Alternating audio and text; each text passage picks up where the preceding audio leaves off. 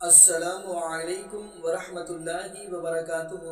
اعوذ باللہ من الشیطان الرجیم، بسم اللہ الرحمن الرحیم۔ الیس اللہ بکاف عبدا۔ جی ناظرین، آج ہم جس حوالہ سے گفتگو کرنے جا رہے ہیں وہ ہے انجینئر محمد علی مرزا صاحب۔ جیسا کہ آپ کو پتہ ہے کہ اسلامی کونسل والوں نے ان کے اوپر ان کے بارے میں جو فتویٰ لگایا تھا، جو بات کی تھی، ان کو تو خیر کینسل کر دیا گیا۔ لیکن ناظرین، انجینئر محمد علی مرزا یہاں پہ ایک جملہ اور کہتا چلو، جو موحد بندہ ہوتا ہے نا، موحد، یقین مانیو ان کو کسی قسم کی ٹینشن پریشانی نہیں ہوتی۔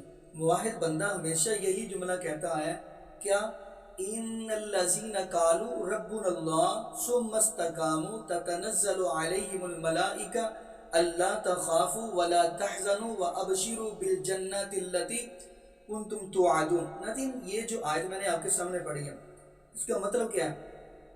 مطلب یہ ہے کہ جو مومن بندہ ہوتا ہے، موحد بندہ ہوتا ہے، اس کو پریشانی آ جائے، دکھ آ جائے، مصیبت آ جائے، کوئی ٹینشن بن جائے، کوئی مسئلہ آ جائے، تو وہ کیا کہتا ہے؟ ربنا اللہ، میرا رب اللہ ہے۔ ثم استقاموا، پھر اس کے اوپر ڈٹا رہتا ہے، یعنی پکا رہتا ہے، مضبوط رہتا ہے۔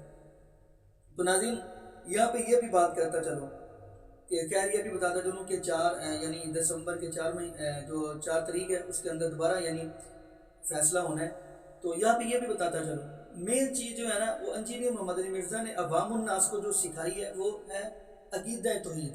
نہیں، عقیدہ توحید بہت ہی ضروری ہے، لیکن آپ اس معاشرے کے اندر چیک کریں کہ گمراہی اتنی پھیل گئی ہے، اور آپ کو یہ بھی پتہ ہے کہ کنہوں نے پھیلائی ہے۔ ضروری نہیں کہ اب ان کا نام لیا جائے، اتنی پھیلا دی ہے۔ چلے میں اشارتاً کر دیتا ہوں، اتنی گمراہی پھیلائی ہے کہ ان لوگوں نے عوام الناس کو صرف یہاں تک رکھا ہوا ہے کہ جو بابے جو ہے نا، جو بزرگ ہیں، وہ قبروں کے اندر اٹھ کر بھاگتے ہیں اور رات کو سیرے کرتے ہیں۔ میں ایک ویڈیو دیکھ رہا تو کہتے جی شیخ عبد القادر جیلانی رحمۃ اللہ علیہ قبرستان کے پاس سے گزرے تو مگر سارے مردے بھج گئے۔ استغفر اللہ، معاذ اللہ، ایسی ایسی چیزیں، سٹوریاں سنا سنا کر عوام کو ان لوگوں نے گمراہی کی طرف رکھا ہے۔ کیوں؟ ان لوگوں نے کہا اگر ہم ان کو قرآن حدیث بیان کریں گے، پھر ہماری روٹی گئی، ہمارا لنگر گیا، ہماری کھیریں گئی، ہمارے گوشت گئے، ہمارے کباب گئے، سارا کچھ گیا۔ اس لیے یہ عوام الناس کو سیدھے رستے کی طرف آنے نہیں دیتے۔ ناظرین، جبکہ میں طالب علم ہونے کے ناطے یہ بات کہہ رہا ہوں کہ بندہ رب العالمین کے قرآن کو پڑھے، نبی پاک صلی اللہ علیہ وسلم کے فرمان کو پڑھے۔ ہر چیز رب العالمین کے قرآن سے ملتی ہے۔ ہر مسئلے کا حل ہی رب العالمین کے قرآن اور نبی پاک صلی اللہ علیہ وسلم کے فرمان سے ملتا ہے۔ لیکن پتہ نہیں لوگوں کو ہو کیا گیا۔ یہاں پہ یہ بھی بتاتا چلوں، عقیدہ توحید، جیسے میں شروع میں کہہ رہا ہوں، عقیدہ توحید بہت ضروری ہے۔ جس بندے کے بعد عقیدہ توحید ہے، وہ سمجھ لے اس بندے نے اپنی دنیا بھی بنا لی اور آخرت بھی بنا لی۔ تو ناظرین، آپ حیران ہوں گے، ان کا یعنی انجینئر محمد علی مرزا صاحب کا قصور یہی تھا نا کہ یہ کہہ رہے تھے بندہ عقیدہ توحید کی طرف آ جائے۔ یعنی اس بندے نے آ کر کہا جی یہ جو بابے ہیں یہ ایسے ہیں، یہ ایسے ہیں، یعنی انہوں نے ان کا رد کیا ہے بزرگوں کا۔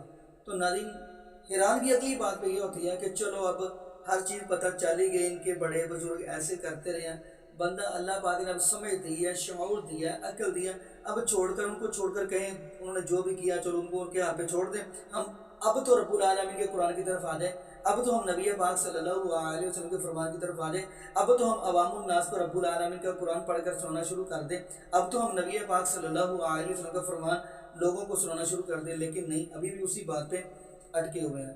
تو خیر ناظرین، یہاں پہ میں یہی بات کروں گا کہ اللہ پاک ہمیں عقیدہ توحید نصیب فرما دے، اور اللہ پاک ہمیں شرک جیسی لعنت سے بھی محفوظ فرمائے اور بدعات سے بھی محفوظ فرمائے۔ باقی ناظرین، یہاں پہ ہم دعا کرتے ہیں اللہ پاک ہمیں 5 وقت کا پکا سچا نمازی بنا دے، اور جتنے بھی بے اولاد جوڑے ہیں اللہ پاک سب کو نیک اور نینا صحت تندرستی والی، ایمان والی، لمبی زندگی والی اولاد عطا فرما دے۔ جزاکم اللہ خیرا، احسن الجزاء۔ السلام علیکم ورحمۃ اللہ وبرکاتہ۔